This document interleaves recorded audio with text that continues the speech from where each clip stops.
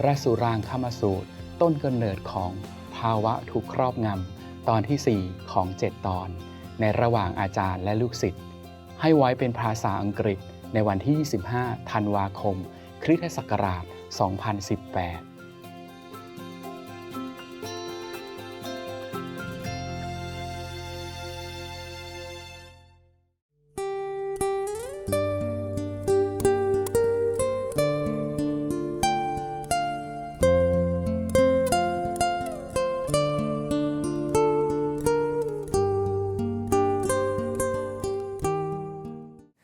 Buddha say, I point the way, huh? I point to the moon, huh? But I am not the moon, so you follow the finger, see the moon, okay? Now, so if he fall into the Avicii hell, that is terrible. That is the relentless hell. It don't give you any tea break. Remember the story I told you? There's some hell has some tea break, some coffee break. Yeah, there was one person who didn't do any good thing in life, did some bad thing, not too that bad. So he died, he went to hell. I told you this story already. And then, because he is not all that wicked and evil, so he has a choice. He can choose his own hell. Yeah. So he went here and there. He said, oh, this hell, they're boiling people in oil. This one, they're chopping people alive. That hell, they're crushing people again and again. And you feel all the pain and suffering, but you cannot stop. And you cannot die. In this world, even if you are punished or you are killed, you die. At least you escape from that. But in that kind of hell, in hell you don't die. You continue to suffer forever. That is called Avicii hell, relentless. That one did non-stop. Okay, so that guy, he went to see so many hell and he said, oh no, this is terrible, that's terrible, terrible. And then he went to the last hell, he saw people standing in filthy pit, with excrement in it. But they're standing there half up to their waist and drinking coffee or tea. Yeah. And he said, okay, this one not bad. At least I can drink coffee and tea. Standing in a field is bad, but okay, I can drink tea. Okay, so he said, okay, I stay here. And after he said that, and the bell ring, the devil say to everybody in the filthy pit, okay, tea break over, turn your head back upside down. Okay. It sounds funny, but don't get there, huh? Mm-hmm. But that is not Avicii hell. Avicii hell is relentless, never stop, and it's all kind of punishment, suffering, and pain forever. Yeah? Like the story I told you about somebody who been killing chicken to make food, and then he repented very sincerely, and the hell make him swallow burning coals, remember?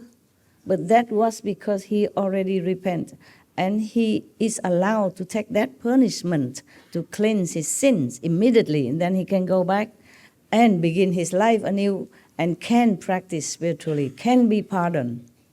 But if it's not for the Bodhisattva, Kuan Yin Bodhisattva intervene, he would not get off so easily like that, not just by swallowing this hot, burning, suffering cold, but he has to suffer longer, longer, longer, and have no chance to meet any master or Bodhisattva to redeem and to be a practitioner. So the Buddha continued, you should pay attention. I will now explain this for you in detail. How compassionate is the Buddha? How patient? I don't know if I have that much patience like the Buddha. But of course he's a man, the more stressful, the more work, the more tough. Formerly, when the matriarch system was still in full gear, the men, of course, do all the heavy job and stressful job. Women are the director of the company, group, or house. Yes, she's a brain, a think tank. Nowadays, we have more and more women in the political arena. Arabian even now have more women in their parliament or in their government. You see that? Before, no, taboo. India has a female president. Oh, I was surprised all the time. India, maybe, but this Arabian country, huh? Women go out, have to cover. I have to have a company of a man. And now they go into politics, appointed, invited to, even. Incredible change in our world, huh? So much change. I'm so happy. Yeah. Thank God. Thank God. Thank Buddha for blessing our world. Please give us more blessing as much as we can take it. Buddha and God would have blessed us more, but we can't take it. The people in this world is like infant, you know? You cannot give too much good food. Slowly, slowly, slowly. I wish it could be done like yesterday, but it's doing fine, yeah. Now, Ananda stood up and with the others in the assembly who had more to learn still, meaning they're not completely awakened without learning. They still need to learn. Yeah. Bow joyfully. They quiet themselves in order to listen to the compassionate instruction. The Buddha told Ananda and the whole assembly, thus, you should know that the 12 categories of beings in this world of our flaws are endowed with wonderfully bright fundamental enlightenment. What do you mean our flaws? You mean defects, yeah? Not perfect. So that means our flaws. So, translation, you know. Yes, it's difficult to translate from Sanskrit already to Chinese. And it's more difficult to translate from Chinese to Vietnamese, and Vietnamese to English, and vice versa. So sometimes some of the lecture that air on TV, I have to look if I have time. Yeah. Because the translation are not always perfect. Yeah. And sometimes even opposite. So if I have time, I always look. Yeah, I normally did not look. I thought, the teaching of all the saints, it should be perfect already. I don't check. But sometime accidentally I saw something. I said, oh no, then I have to check. You understand what I'm saying? Because the translation is not always correct. Yes, the translators they work hard. They try as best as they can to understand. And then in order to make us understand. But if they did not understand completely, then of course they just did what they can, their best, yeah? Maybe just like word to word. The Buddha told Ananda, you should know, okay, so all people in this world are endowed with wonderfully bright fundamental enlightenment. Just like he said, all beings have Buddha nature inside. That's the same, okay? It's a different way of saying. Or like a saint or the Jesus say, the kingdom of God is within you. Yes. Or you are children of God. But it's not awakened, sleepy children of God. Yeah. Dormant Buddha. That is the problem. That's why the Buddha, Jesus, or the saint have to come down and shake us up. Wake up, wake up. So whenever a saint come, all the prediction make it so beautiful, like, oh, a king so-and-so will come and will make the world wonderful and bright and new age, golden age, etc. And then we expect that, okay, when the Buddha come, wave a hand and the world become nirvana or Buddha's land. It's not like that. To their disciples, the world is a Buddha land. Okay?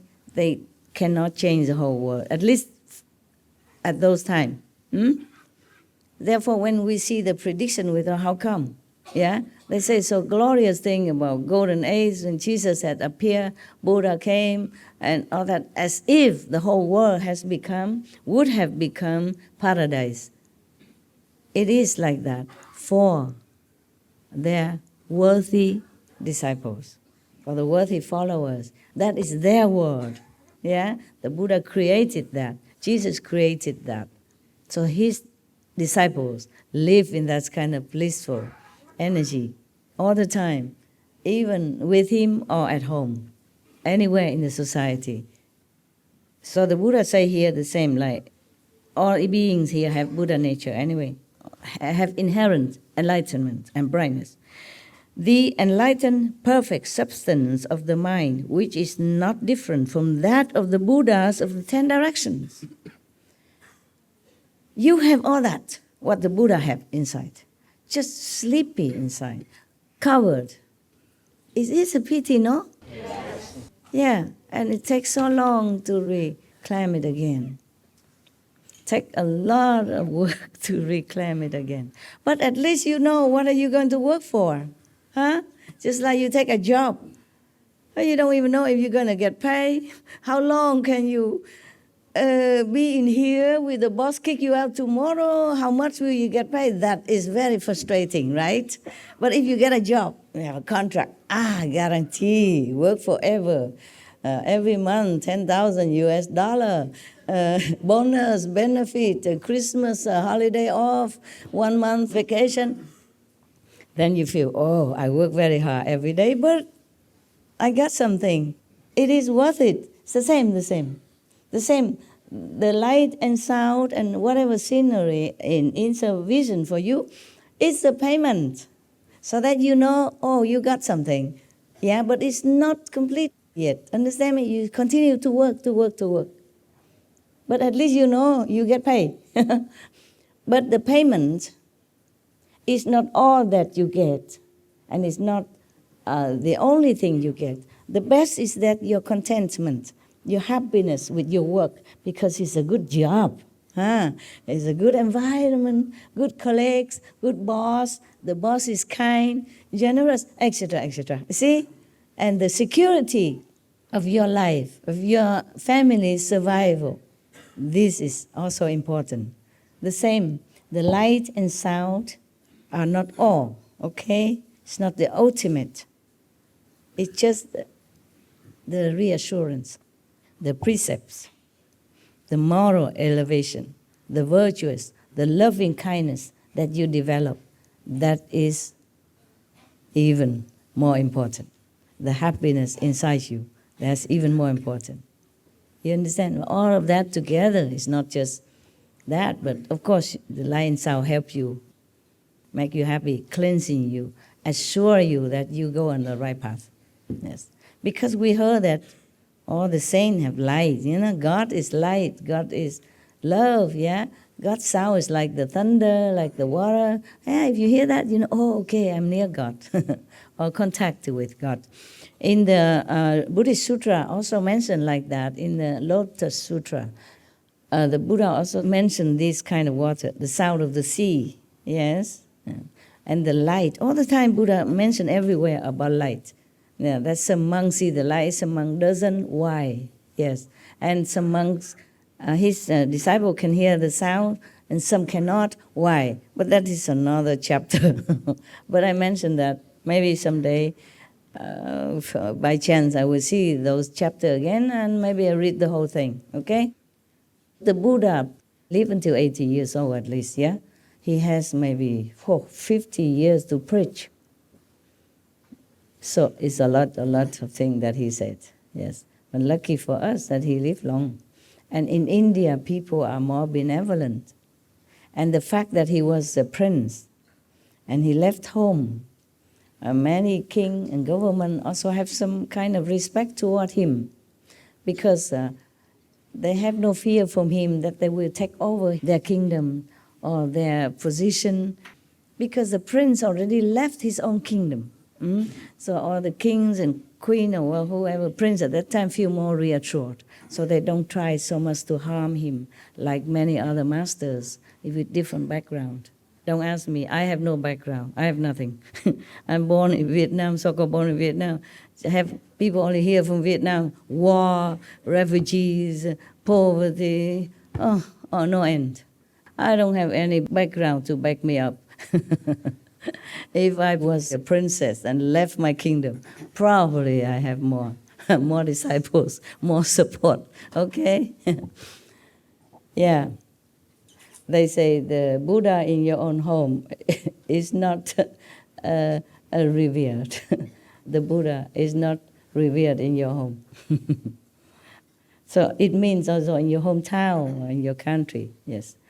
But the Buddha was different. You see, he was somebody. He was somebody, yeah. I mention that because some master, in fact, many masters have died because the government or the kings at those times worried so much that they might take over their throne, yeah, make a revolt against them, because all his disciples are gaga, goo, goo, hoo, hoo, ha, ha, hoorah, hoorah, around that master. Call him Maharaji, Mahamataji, whatever, yeah? Great king, great queen, call him that. Kings of kings, queens of queens. All these names scare the encumber kings or queens. I thought I'm the only king. How do I call that king? Who is he? He's just a carpenter's son, for example, yeah? So what does he want from my people? That's the reason why they chase and kill him, even though they know he done nothing wrong. Even the judge who carry out his punishment, you know, his descendant also say, I wash my hands of this sin, because he did not want to kill Jesus. But everybody else vote for that. Every year or something, they release one prisoner. They release one criminal instead of Jesus, the innocent. You see that? Just because higher government or other people, they fear Jesus might take over. They keep calling him king. Before that, they predict that a man will be born as king of the Jews. You remember that? Yes. He is not ruling anything. And even he keeps telling, my kingdom is in heaven. Yeah? My kingdom is not here. He even tell his disciple, teach his disciple to be detached from whatever possession they have. Like, lay you not your treasure on earth, where moth and insect can destroy, but lay your treasure in heaven, where it is safe and secure. He even teach his disciple like that, meaning he don't care about anything about this world, but they still afraid. They're still afraid that Jesus' influence will make people revolt against them and then make him become king. He's a king of people's heart. That is correct, but he cares nothing about kingdom. But of course, the king at that time and the government at that time, they cannot capiche that because they're not enlightened enough. For them, their throne, their position, their kingdom, their job, their possession, their tax money from people, their control over their subject are the utmost important. Therefore, they fear losing that. Yeah. So anyone else who won the heart of their so-called people, then they fear, of course, yeah, that the people might take their money and possession, give it to the master instead of paying tax, instead of making offering to the government. What if the people offer all the money to the master and then they have no more money to pay tax? Then the king cannot live in luxury. The officials cannot have the best carriers of horse in town, etc., etc. Oh, people fear of everything because they think things belong to them. The kings, the government thinks that the people belong to them even. That is the thing. They don't think that the people belong to God, to heavens. Now you know why many masters die early or die agonizingly, die wrongly, die innocently. Just because of that. That's why Buddha lived long, longer than many of the masters. You see now? He lived until 80-something. Jesus only 3 years something, in the prime of his life. Prophet Muhammad, peace be upon him, also been harassed all his life. Other masters, the Sikh masters, also has been tortured, mentally, all their lives, physical also, and killed. For example, many other masters in the history of mankind died one way or another unnaturally, without guilt, without any crime, without any harm done to anybody, just because or those who in power don't like what they say. Yeah, sometimes, or worry that they may take over their kingdom or their possession or their position, etc. Or it's just all kind of thing like that. It's nonsense. It's really no ground because the master don't even care. But they wouldn't believe that because for them, the position is so important. The throne is so important. How can another man don't think that is important? It's no such thing. It's impossible. They could not believe that. Just like a man who's so much in love with his wife. So he's so jealous with any man who kind of even look at her or just say some compliment. He think, oh, yeah, what do you want from my wife? Maybe that man doesn't want anything. He's just a polite man. He's not even in love with that guy's wife. He don't even fancy her. Maybe he's already in love with someone else deeply. And then all other women are meaningless to him. You know that, man. If you're in love with one girl, other women in the whole world, you don't care, right? Mostly. Most women, you don't care. But that man, he's too much possessive of his wife, my wife. So he would doubt any man who go near and blink at her or glance at her or say something nice to her. He's already feeling defensive because he treasures his wife too much. Just like the king treasures his throne, his position, his richness, his power, fearful of any other man or any human being who possess power like him that win the hearts of other beings. Yes, that the king might not even win at all. That maybe the king know, okay, the people only fear me but not love me. And then this guy, oh, he's nobody. Everybody loves him. Run after him, worship him, touch his feet, bow to him, giving him this, giving him that, do anything for him. Oh, then he wanted to be king, huh? You want to compete with me. You see what I'm saying? Jealousy is terrible.